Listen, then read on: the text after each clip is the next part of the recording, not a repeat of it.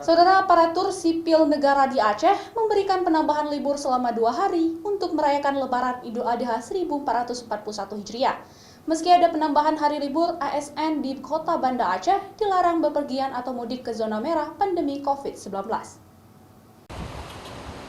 Pemerintah Aceh mengeluarkan surat edaran terkait penambahan hari libur Lebaran Idul Adha 1441 Hijriah bagi ASN di seluruh Aceh. Penambahan hari libur ini berlaku pada hari Kamis tanggal 30 Juli 2020 dan hari Senin tanggal 3 Agustus 2020.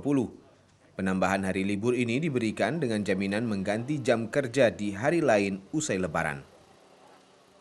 Sesuai dengan surat edaran Pergub dan surat edaran Gubernur dan Wali Kota juga sudah membuat surat edaran bahwasanya ASN di Kota Banda Aceh kita akan melaksanakan libur pada hari Kamis dan hari Senin. Jadi 2 hari. Kita akan menggantinya pada tanggal 22 Agustus dan tanggal 29 Agustus. Harapannya kepada seluruh ASN tetap menjaga kesehatan, menjaga protokol kesehatan, dan tidak pergi ke tempat zona merah. Bagi unit atau satuan kerja organisasi yang berfungsi memberikan layanan langsung kepada masyarakat dan mencakup kepentingan masyarakat luas tetap berjalan seperti biasanya.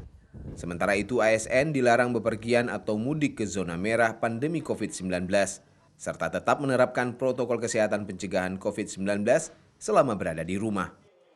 Apabila terdapat pegawai yang tidak masuk kerja tanpa alasan yang jelas pada hari penggantian libur, maka akan diberikan tindakan disiplin sesuai dengan peraturan perundang-undangan.